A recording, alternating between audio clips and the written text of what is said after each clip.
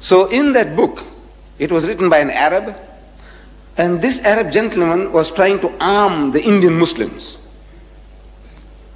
who were at that time at the receiving end of a Christian assault in India. You see, India was in the hands of the Muslims. They were ruling it. They ruled it almost 1,000 years. And the British came with the superior gun power, and they snatched power, dominion, rule out of our hands. And they felt, and they thought rightly, that if at any time anybody would give them trouble, it will be the Muslims, because they had tasted power, tasted dominion, tasted rule, and once you have tasted it, you aspire to get it once more back again. So he said, if we can convert these people, if we can make them to turn the other cheek, we can rule India for 1,000 years. So they started pouring in the missionaries, like frogs in the rainy season, into India. And they started mastering our language and wanting to debate with the Muslims. At first, the Muslims were reluctant. These are our rulers now. They have conquered us. And if we debate with them, they might put us in jail, rob an island, something like that.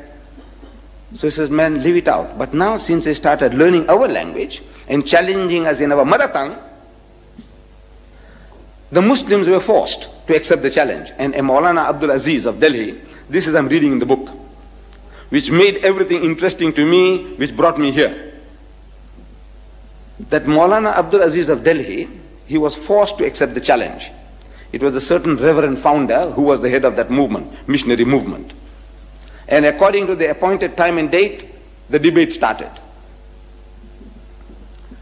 The reverend started the debate with requesting the Maulana. Maulana means our Sheikh or Imam in our language, you see, in the language of the Indian Muslim.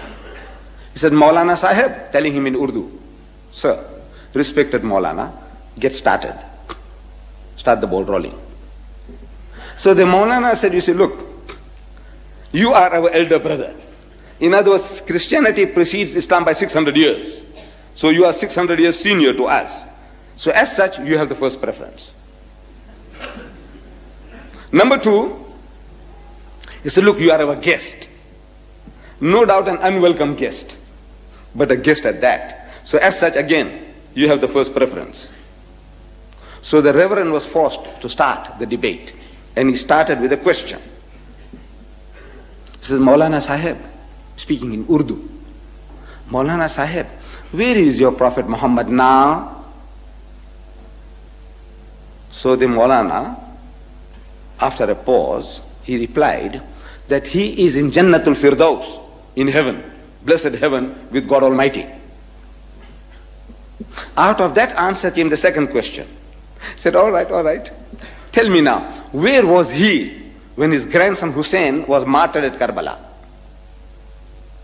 So the Maulana again thought for a moment, and he again replied, he was still in Jannatul Firdaus, in blessed heaven with God Almighty. Out of that answer came the third question. I'm reading this in the book. He said, all right, now Maulana Sahib, look, if your Muhammad was with his Allah, as you say, and while his grandson was being butchered, Shaheed, at Karbala, didn't he ask his Allah for help? He said, look, my grandson is being butchered, please, have mercy on him, save him. So there was a long pause. And the reverend couldn't hold his peace. He started stamping his feet. Come on. Did you, didn't he? Didn't he ask his Allah for help? Because if somebody is bullying me, and if I have a young heavyweight champion next to me, I say, look, man, Akhi, please, man, help me, save me. So didn't he ask his Allah for help?